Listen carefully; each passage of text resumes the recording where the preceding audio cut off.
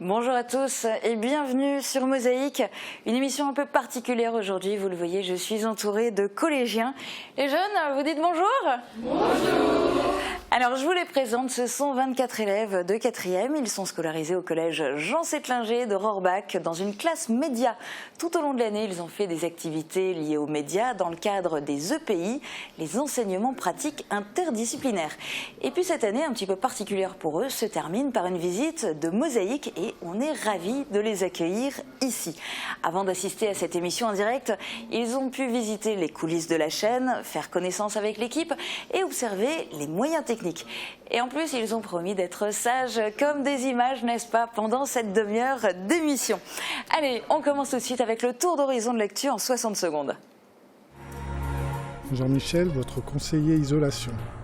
Construction, aménagement, génie bois, une équipe de pros. Bacheliers potentiels face à leur pire épreuve, jeudi la plupart des candidats à l'épreuve du bac seront en quête d'inspiration et risquent de souffrir. Mais pourquoi l'épreuve de philo est-elle tant redoutée ? Issue incertaine pour le duel Lett-Triss, la déferlante Macron va-t-elle continuer son coup de balai? Tout semble dépendre de la manière dont les candidats vont s'arracher les voix de David Suc, sans étiquette mais de droite, et celle de Pascal Genf, Front National. Le numéro 2 du FN, Florian Philippot, en difficulté à Forbach, tout le sépare de Christophe Arendt. Le premier est ambitieux et médiatique et le second, dentiste de métier, est un homme posé et non carriériste qui annonce qu'il mettra, s'il gagne, sa carrière professionnelle entre parenthèses. Agnès, Eric et leurs 3 filles, une famille presque zéro déchet.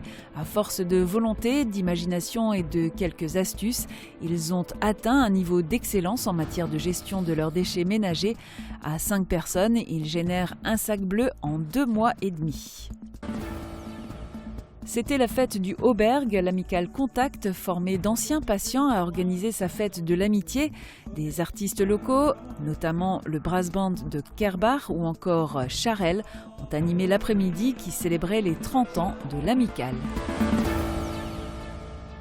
Il y a tout juste 3 ans, le Jardin des Faïenciers célébrait son 5e anniversaire. Et qui dit anniversaire dit cadeau. Replay. Le Jardin des Faïenciers vient de souffler ses 5 bougies. Un anniversaire qui a débuté vendredi après-midi par une cérémonie officielle avec en guise de cadeau un totem. C'était la cerise sur le gâteau. Les officiels ont dévoilé les plaques des 3 derniers labels décrochés par le site du Moulin de la Blise en 2013. La marque Qualité Tourisme, le label Tourisme et Handicap et le label Jardin Remarquable. N'hésitez pas, le Jardin des Faïenciers, c'est une belle balade assurée. Et qui sait, cela vous donnera peut-être de l'inspiration pour fleurir votre propre jardin. L'Office de tourisme, en partenariat avec la ville de Sarreguemines, vous invite jusqu'au 19 juillet à vous inscrire pour participer au concours des maisons fleuries de Sarreguemines. Renseignements et inscriptions auprès de l'Office de tourisme, rue du Maire Massin. Et puis pour avoir de belles fleurs, il faut aussi une bonne météo. Voici les prévisions pour demain.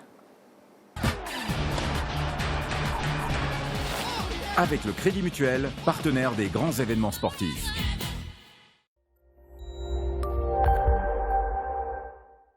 Bonjour tout le monde, décidément cette semaine on ne peut pas se plaindre de la météo et pour demain il fera encore plus beau et encore plus chaud. Le soleil va une nouvelle fois se montrer généreux et réchauffer efficacement l'atmosphère avec des températures minimales de 10 à 14 degrés et des maximales comprises entre 26 et 29 degrés. De quoi profiter pleinement des activités de plein air, mais attention, toujours en se protégeant du soleil et surtout les plus petits. Demain, nous sommes le mercredi 14 juin et nous fêtons les Élysées. Le soleil nous accompagnera de 5h26 à 21h37. Je vous souhaite à tous encore une très belle journée. À bientôt!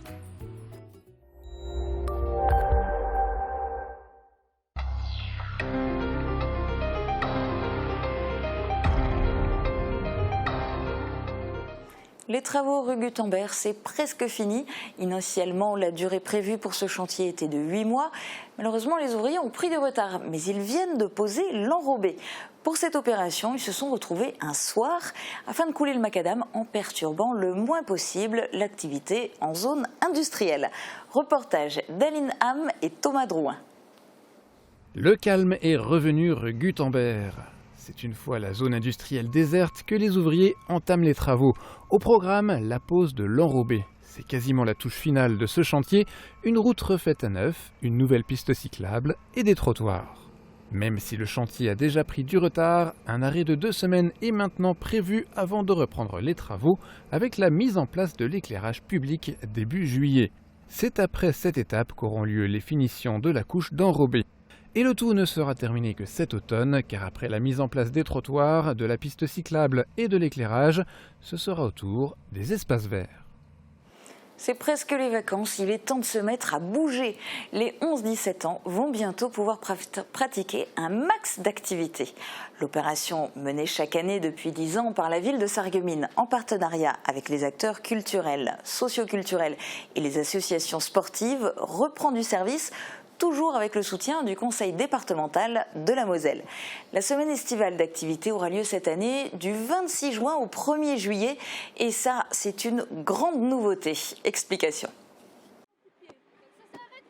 Exit tous les dérivés d'appellation autour de Macadam Sport, place à Moselle Jeunesse. On change de nom, on change aussi de date, mais on continue à faire plein d'activités. On change de nom, mais le concept ne reste pas tout à fait le même quand même, hein. On met plus l'accent encore sur l'engagement et l'implication des jeunes et le fait d'aller au plus près des jeunes qui sont les plus isolés, que ce soit par le biais du handicap ou alors par une situation sociale difficile, voilà. Ceux qui sont les plus isolés et les plus éloignés de la vie associative. Donc en fait, c'est pour ça que le département a changé de nom. À chaque fois qu'il rajoute, disons, une dimension supplémentaire, c'est là qu'il change de nom. Moselle Jeunesse, c'est une volonté départementale de mener un projet d'éducation par le sport et la culture. Cette année, une attention particulière est portée aux enfants les plus isolés. Des jeunes, ciblés par les animateurs de la ville et les éducateurs de la MEX, la maison de l'enfance à caractère social, feront un stage d'équitation cet été. Le gros événement se déroulera, lui, au pôle de la Blise, les 11-17 ans au rendez-vous du 26 au 30 juin, de 17h30 à 19h30, pour une multitude d'activités gratuites. Le transport est assuré lui aussi gratuitement, par la casque, depuis tous les quartiers de la ville. Pour la première fois, les activités ne se déroulent pas en période de vacances scolaires, mais après les cours. Et le point d'orgue de clôture aura lieu samedi 1er juillet, de 14h à 23h, au Centre Nautique. Et on va parler maintenant de culture Autre-Sarre avec mon invité Stein Celis. Bonjour. Bonjour. Vous êtes le directeur de ballet de l'Opéra-Théâtre de Sarrebruck. Une immense responsabilité que vous endossez depuis 3 ans maintenant. Quelles sont les créations qui vous ont le plus marqué depuis que vous êtes à Sarrebruck ? Bon, depuis 3 ans, j'ai eu l'opportunité de montrer des grands temps forts dans la programmation. J'ai commencé avec un ballet Peer Gynt en début de mon mandat. Ensuite, j'ai enchaîné avec l'opéra-ballet Platée, qui était une première pour moi, où j'ai fait la mise en scène et la chorégraphie. Et ensuite, cette saison, j'ai fait un musical, la West Side Story. Et ça fut un grand succès. Alors, continuez de nous faire rêver. Quels sont les prochains spectacles programmés ? En début de saison, nous aurons La Belle au bois dormant de Tchaïkovski dans ma chorégraphie. Ensuite, l'opéra se montera dans un opéra de Rossini, Guillaume Tell, et le théâtre montrera Nathan der Weise, Nathan le Sage de Lessing. D'où viennent tous les artistes? Est-ce qu'ils sont tous sous contrat avec Sarrebruck? Est-ce qu'ils viennent ponctuellement pour certaines représentations? Comment ça se passe? La plupart des artistes sont employés à temps plein et il y en a quelques-uns qui viennent compléter l'ensemble en tant que guests. Et ils viennent d'où? Ils sont pas tous allemands? Non. Même vous n'êtes pas allemand d'ailleurs. Non, je suis belge. La plupart par exemple, mes danseurs viennent. Je n'ai qu'une danseuse allemande. La plupart des danseurs viennent du monde entier. Nous avons plusieurs Américains, des Italiens, des Espagnols. Nous n'avons pas de Français malheureusement. Voilà. Et dans l'opéra aussi, il y a plutôt des chanteurs qui viennent de Russie ou des pays de l'Est. C'est surtout dans le théâtre que voilà, il y a plutôt des acteurs allemands. Oui. Et pour les danseurs, par exemple, vous faites comment pour les recruter? Quels sont les critères? Vous allez les voir un petit peu dans le monde entier et vous essayez de les faire venir à Sarrebruck ou vous faites comment? Non, nous organisons chaque année, par rapport à notre nécessité du moment, des auditions où les gens se présentent et voilà. Et puis on fait une sélection et voilà. Alors là, vous l'avez vu depuis le début de l'émission, on a plein de collégiens qui sont sur le plateau. À cet âge-là, c'est pas facile de leur faire aimer le théâtre, c'est encore plus difficile de les faire adhérer à l'opéra ou à la danse classique. Vous faites comment pour essayer de conquérir un public jeune? Bon, nous essayons de programmer des spectacles vraiment à tout public. Et nous avons cette année-ci, par exemple, la West Side Story a été très très bien visitée par tous les publics. Et nous essayons aussi maintenant dans le futur d'être encore beaucoup plus sensibles à la nécessité des jeunes de faire des spectacles qui ont de la relevance pour les jeunes. Et puis voilà, et nous espérons que les jeunes perdront l'habitude de regarder la télévision et viennent au théâtre, parce que de toute façon le théâtre live est encore une toute autre expérience que la télévision ou le cinéma. Le public français, en revanche, de manière générale, peut-être pas forcément spécifiquement les jeunes, on arrive facilement à les faire venir à Sarrebruck? Je pense que c'est une relation un peu... Je pense qu'il y a encore une marge de progression, mais nous avons aussi passablement de gens qui viennent de Forbach, de la grande région, qui viennent nous rendre visite. Et puis on va essayer, notamment grâce à votre interview, qu'il y en ait un peu plus qui viennent de Sarreguemines. Toutes les infos et vous avez aussi la possibilité de réserver vos billets sont directement sur le site internet www.staatstheater.saarland. En plus, il est en français aussi, donc il n'y a pas d'excuses. Je vous remercie beaucoup d'être venu témoigner aujourd'hui. On vous souhaite une bonne continuation et puis on tâchera nous aussi de venir voir quelques spectacles.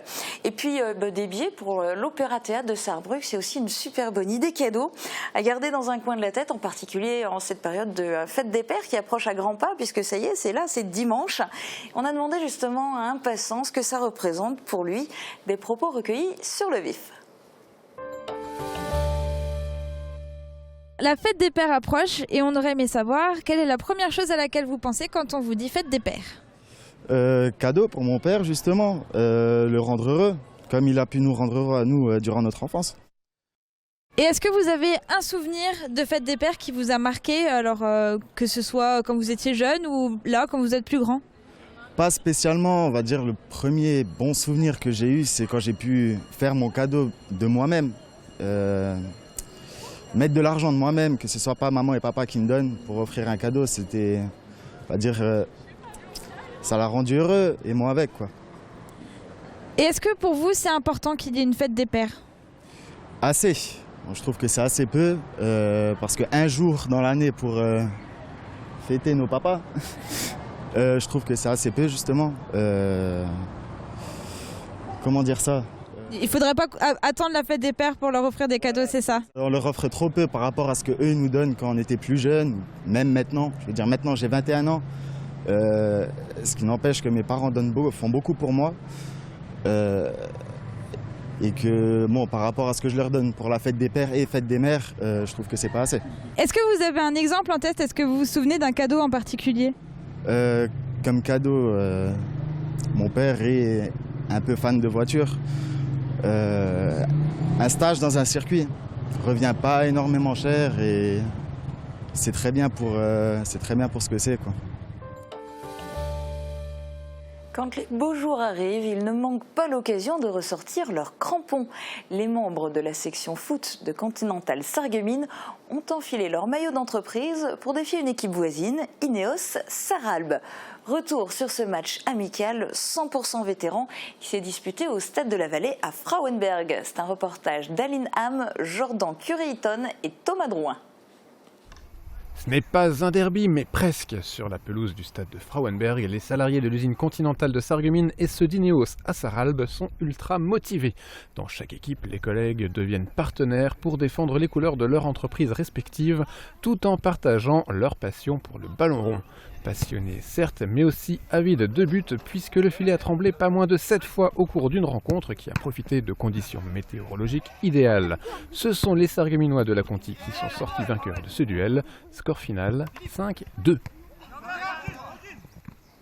Vendredi, dans le dernier numéro du JT Sidem, vous avez fait la connaissance de la famille Gilbert. Agnès, Eric et leurs 3 filles sont une famille presque zéro déchet. Ils ont mis en place quelques astuces pour réduire leurs déchets. Résultat, à eux 5, ils génèrent un sac bleu pour 2 mois et demi. Notez que la famille Gilbert participera au premier Tour de France dédié à l'agroécologie, le Ferme d'Avenir Tour. Du 15 juin au 17 septembre, 30 étapes sont prévues à travers la France. Au programme, rencontres avec les agriculteurs locaux, formations, conférences et concerts. La famille Gilbert vous donne rendez-vous à Schopperten pour la 2e étape du Tour, le 19 juin à partir de 20h à la ferme du Vieux Poirier. Ils vous expliqueront comment vivre presque zéro déchet grâce aux ressources locales. Et toutes les infos sont sur le site www.fermedavenirtour.org. Dans un instant, on part en Inde pour notre série consacrée cette semaine à la musique. Vous découvrirez aussi la pianiste et chanteuse Camille Klein. Et côté cuisine, une nouvelle recette originale à base de rhubarbe. A tout de suite.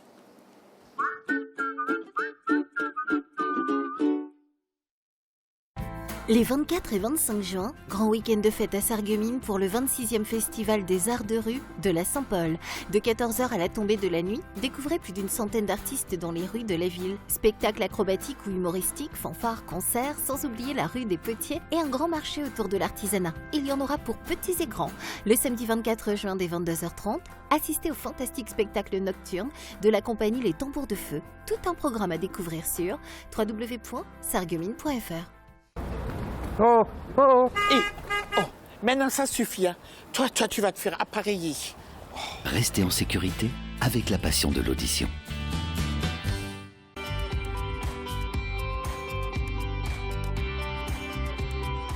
Avec des réseaux, nous avons équipé toutes nos salles de classe en ordinateurs modernes et tablettes, connexion Internet contrôlée et sécurisée et vidéoprojecteurs interactifs. Avec les solutions ID Réseau, vivez dans le monde de demain.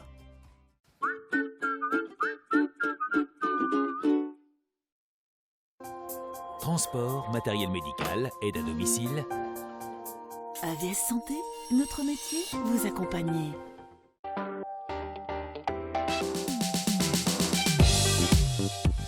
Les sentiers balisés par le Club Vosgien, tout le monde connaît.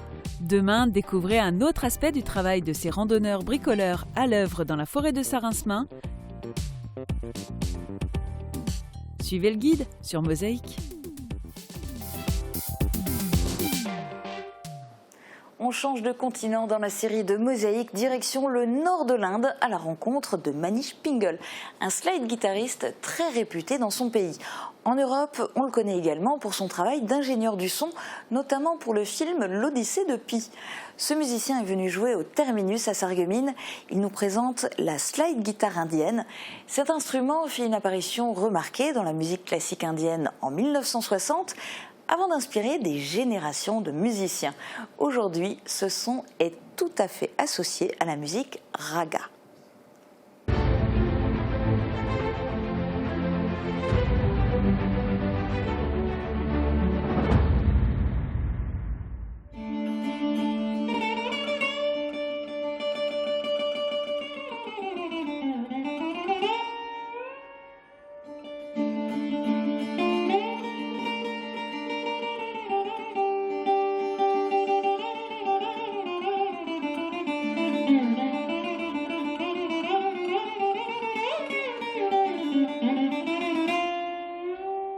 So the kind of music we play is traditional Indian classical music, and this music has always been an oral tradition.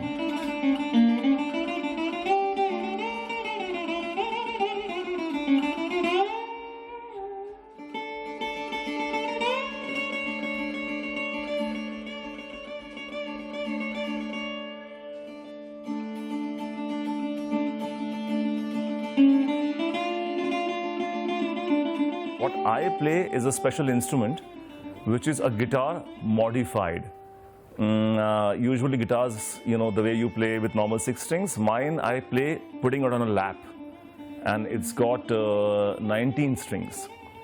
And most of the strings are more for the resonance, to make it sound very Indian.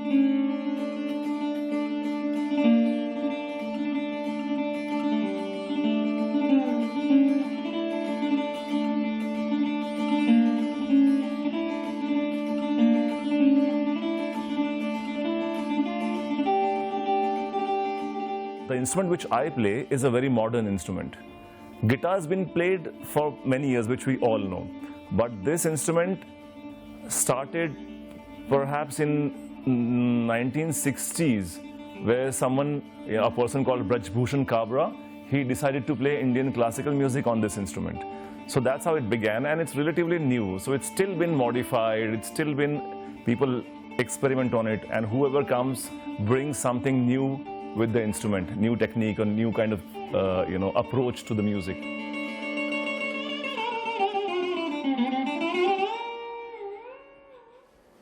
Camille Klein est une jeune femme de 20 ans. Elle a commencé à jouer du piano quand elle n'avait que 4 ans. Elle se passionne également pour le chant depuis sa plus tendre enfance. Elle est venue sur la scène du Casino des Faïenceries pour interpréter Les yeux de la Mama de Kenji Girac pour l'émission Face à moi, enregistrée avec la participation de la ville de Sarreguemines.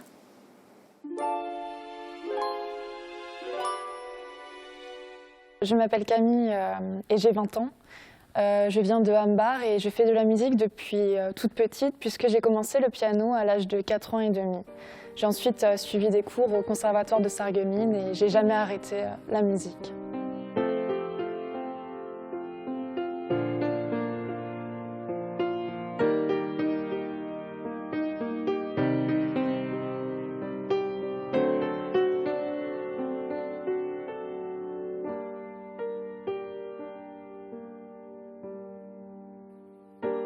Quand j'ai froid, elle se fait lumière, comme un soleil dans l'existence. Quand j'ai mal, elle se fait prière, elle me dit tout dans un silence. Quand je souffre, elle souffre avec moi. Quand je ris, elle rit aux éclats. Mes chansons sont souvent pour elle, elle sera toujours ma merveille. Quand je ne suis pas à la hauteur, elle m'élève plus haut que le ciel. Elle est la splendeur des splendeurs, elle est la sève, elle est le miel. C'est son sang qui coule dans mes veines et des souvenirs par centaines bercent mon cœur de 1000 étoiles. Elle est ma quête, elle est mon graal. Oh mon Dieu, laissez-les-moi, les beaux yeux de la maman. Enlevez-moi même tout le reste, mais pas la douceur de ses gestes. Elle m'a porté avant le monde, elle me porte encore chaque seconde. Elle m'emportera avec elle, je lui serai toujours fidèle. Pour moi, la musique, ça représente énormément de choses, puisque comme je l'ai commencé la musique très jeune, et donc ça me permet vraiment de m'évader, d'oublier un peu mes révisions, puisque je suis en prépa littéraire. Mais c'est vraiment quelque chose qui m'habite depuis très longtemps. Et dans ce monde infernal, mon étoile parmi les étoiles. L'image que je reflète quand je suis sur scène, je dirais une jeune fille qui n'est peut-être pas tout à fait sûre d'elle, mais qui essaye de donner vraiment le meilleur d'elle-même et qui prend vraiment plaisir en faisant ce qu'elle fait. Elle me porte encore chaque seconde, elle m'emportera avec elle, je lui serai toujours fidèle. C'est de l'émotion, mais également beaucoup de concentration pour gérer déjà le stress. Mais aussi, j'ai envie de donner vraiment le plaisir que je ressens, de faire partager justement ce plaisir avec le public. Elle me porte encore chaque seconde, elle m'emportera avec elle. Mon avenir, je le vois peut-être toujours dans la musique, ça c'est une évidence. J'aimerais vraiment associer donc la musique à mon métier et pourquoi pas donner des cours, aider les gens avec la musique. Quand j'abandonne, elle devient lion et me relève avec patience. Quand j'ai la folie des grandeurs, elle me ramène sans me faire mal. Et dans ce monde infernal, mon étoile parmi les étoiles, oh mon Dieu, laissez-les-moi, les beaux yeux de la maman. Enlevez-moi même tout le reste, mais pas la douceur de ses gestes. Elle m'a porté avant le monde, elle me porte encore chaque seconde. Elle m'emportera avec elle, je le serai toujours fidèle.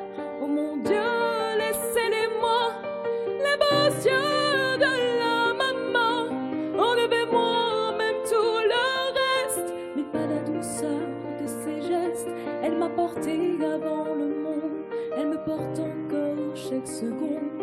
Elle m'emportera avec elle, je lui serai toujours fidèle.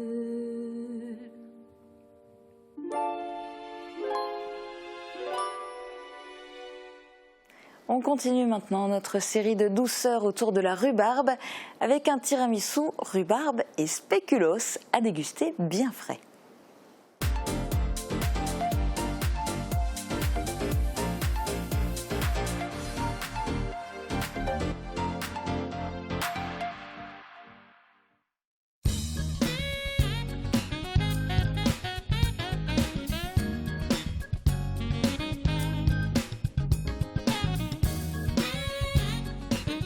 La récolte de la rhubarbe a lieu d'avril à septembre, mais c'est au début de la saison que les pétioles sont les plus tendres.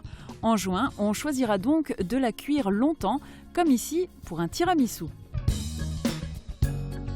Épluchez et tronçonnez la rhubarbe, faites-la cuire dans une casserole avec 20 centilitres d'eau et 50 g de sucre. Lorsque la rhubarbe est cuite, écrasez-la à la fourchette et réservez. Montez la crème en chantilly et réservez. Battez le mascarpone avec le reste de sucre, puis ajoutez la crème fouettée. Dans le fond des verrines, mettez des spéculoos écrasés, couvrez de compote de rhubarbe et terminez avec la crème de mascarpone. Décorez le dessus des verrines avec des miettes de spéculoos et mettez au frais pendant au moins 1 heure avant de servir. Pour réaliser ce tiramisu rhubarbe spéculoos pour 8 personnes, il vous faudra 250 g de mascarpone, 15 centilitres de crème fleurette, 4 tiges de rhubarbe, 120 g de sucre et 12 spéculoos. Vous pouvez aussi associer quelques fraises à cette préparation, elles adouciront l'acidité de la rhubarbe. Bon appétit!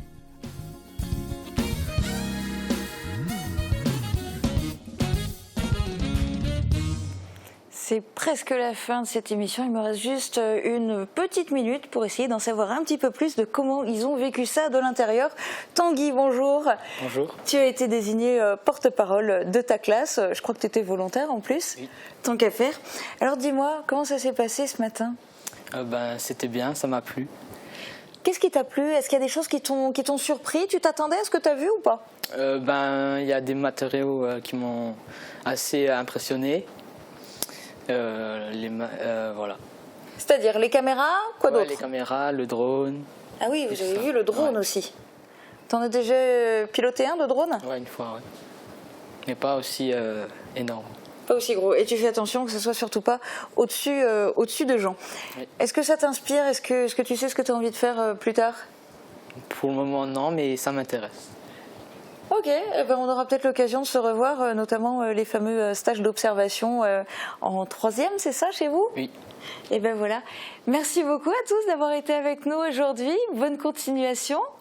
Et puis je vous laisse l'occasion de dire au revoir à tout le monde parce que c'est la fin de l'émission. Au revoir. Et ben voilà, très bonne journée à tous. À bientôt.